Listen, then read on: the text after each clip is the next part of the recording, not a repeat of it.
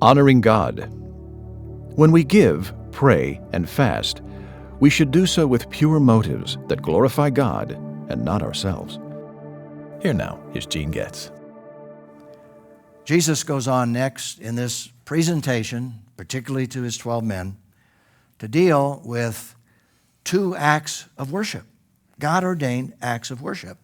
But again, you're going to see how these acts were perverted by the religious leaders in Israel at that time. First of all, he deals with giving, which is an act of worship.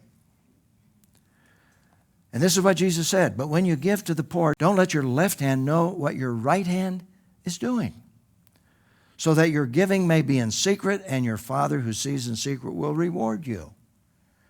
Now that's a very interesting statement from Jesus. And then he goes on to address the whole concept of prayer. He says, "But when you pray, go into your private room, shut your door, and pray to your Father who is in secret, and your Father who sees in secret will reward you." Actually, in these two statements here about giving and praying, the focus is on being in secret. Now, why would Jesus say that? Well, again, you need to get the context. Let's go back and see what Jesus said before he said what he said about giving. And here we have it in Matthew 6:2. Who is he addressing? Who is he illustrating? "So whenever you give to the poor, don't sound a trumpet before you as the hypocrites do in the synagogues, on the streets, to be applauded by people. I assure you, they have got their reward." Who were those religious people who were parading this? The scribes and the Pharisees and the religious leaders. Now, in terms of praying, here's the context. Before Jesus said pray in secret, he said this: "Whenever you pray, you must not be like the hypocrites, because they love to pray standing in the synagogue and on the street corners to be seen by people. I assure you, they've got their reward." In other words, the only reason these people are giving and praying is to be seen of men. It's arrogance. It's pride. That was the religious leaders as they were parading with their robes of righteousness to cover up their hearts and their evil intent. So, in Matthew 6:1, Jesus really had set the stage for this by dealing with wrong motives. Be careful not to practice your righteousness in front of people to be seen by them. See, that's the whole issue. It's motive. Otherwise, you will have no reward from your Father in heaven. In other words, what Jesus is doing with the religious leaders is to removing their reason for praying and their reason for giving. And if he removes that reason to be seen of men, they won't pray or they won't give. That's what Jesus is dealing with. Now you see, in the rest of the Bible, we have illustrations of people who gave publicly and who prayed publicly. In fact, we prayed publicly tonight. If Jesus meant don't pray in public, I've been out of the will of God, because I've prayed not only here, but I've prayed on video for the whole world to see. And I've also prayed for all of you to see and for those online to see who are listening to us. I'd be out of the will of God. That would be ridiculous.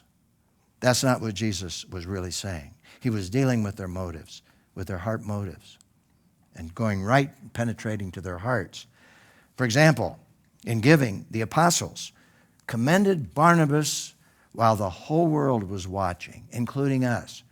We know what Barnabas did publicly. He gave a public gift.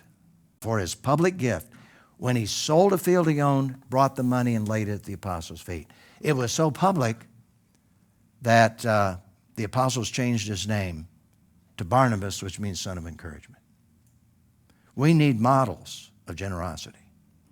Our children need models of generosity. Our children should not see us giving in secret. They should see us giving so they will model what we're doing. We all need models of that. I'm thrilled when I hear models, I see models of generosity. It really encourages me. People who don't like to see models of generosity are people who don't want to give. They usually are threatened by that. And even though you can't give like they give, we ought to be thrilled that people give. We ought to rejoice. Praise God. We need those models, just like Barnabas. Isn't it amazing? Everybody knows about Barnabas. Everybody who reads this story knows about Barnabas. That wasn't in secret, and God honored him, called him the son of encouragement. In terms of praying, the first church devoted themselves to prayer. And as they devoted themselves from house to house, they had favor with all the people. People were watching them. They were encouraged by their prayerfulness. We need models of prayer. And so Jesus basically here, the message to the apostles was this: always keep your motives pure. Always. Honor God. Don't be like the scribes and the Pharisees in all that you do in worshiping God. And so here is the reflection and response question. Since Christians are to be models of generosity, prayer, and even fasting, how can we practice these Christian disciplines publicly and at the same time glorify God and not ourselves? And as I thought about that question, which I wrote out, I thought of the answer, a partial answer. I thought of what we read in 1 Corinthians 10:31, where Paul wrote to these believers and said, therefore, whether you eat or you drink or whatever you do, which would be what?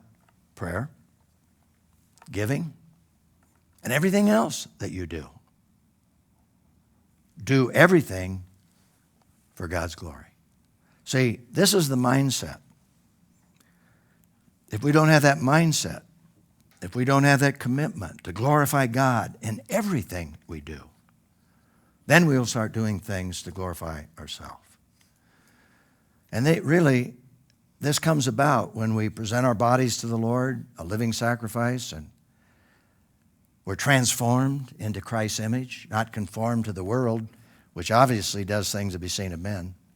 That's one of the major reasons that people do things in the world, is to be seen of men, to be arrogant, for pride reasons. And Paul is saying, don't be conformed to the world, be transformed by the renewing of your mind, so you'll be able to prove what is the good, acceptable, and will of God. And I believe that if we really commit ourselves to that particular concept in our lives, to be like Jesus Christ, it will affect everything that we do. We can do that for the glory of God. So here's the principle. When we give, pray, and fast, we should do so with pure motives that glorify God and not ourselves.